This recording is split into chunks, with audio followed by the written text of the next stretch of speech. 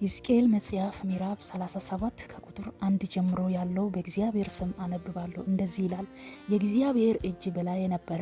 እግዚአብሔር በመንፈስ አወጣኝ፣ አጥንቶቹ በሞሉበት ሸለቆ መካከል አኖረኝ። በእነርሱ አንጻር በዙሪያቸው አሳለፈኝ። እነሆ በሸለቆ ፊት እጅግ ብዙ ነበሩ፣ እነሆ እጅግም ደርቆ ነበሩ። እርሱም የሰው ልጅ ሆይ እነዚህ አጥንቶች በሕይወት ይኖራሉ አለኝ። እኔም ጌታ እግዚአብሔር ሆይ አንተ ታውቃለህ አለው። እርሱም እንዲህ አለኝ፣ በእነዚህ አጥንቶች ላይ ትንቢትን ተናገር፣ እንዲሁ በላቸው፣ እናንተ የደረቃችሁ አጥንቶች ሆይ የእግዚአብሔር ቃል ስሙ። ጌታ እግዚአብሔር ለእነዚህ አጥንቶቹ እንዲሁ ይላል፣ እነሆ ትንፋሽን አገባባችኋለሁ፣ በሕይወትም ትኖራላችሁ። ጅማትም እሰጣችኋለሁ፣ ሥጋንም አወጣባችኋለሁ፣ በእናንተም ላይ ቁርበትም ይዘረጋለሁ፣ ትንፋሽንም አገባባችኋለሁ፣ በሕይወትም ትኖራላችሁ። እኔም እግዚአብሔር እንደሆነ ታውቃላችሁ። እንዳዘዘኝም ትንቢት ተናገረው።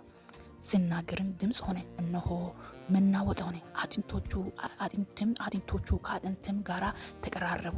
እነሆ ተቀራርቦ እኔም አየሁ፣ እነሆ ጅማትም ነበረባችሁ፣ ሥጋም ወጣ፣ ቁርበትም በላያችሁ ተዘረጋ፣ ትንፋሽ ግን አልነበረባችሁ። እርሱም የሰው ልጅ ሆይ ትንቢት ተናገር፣ ለንፋስ ትንቢት ተናገር። ለንፋስም ጌታ እግዚአብሔር እንዲህ ይላል፣ ንፋስ ሆይ ከአራት ንፋሳት ዘንድ ና፣ እነዚህ የተገደሉ በሕይወት ይኖሩ ዘንድ እፍ ይበላችሁ አለኝ።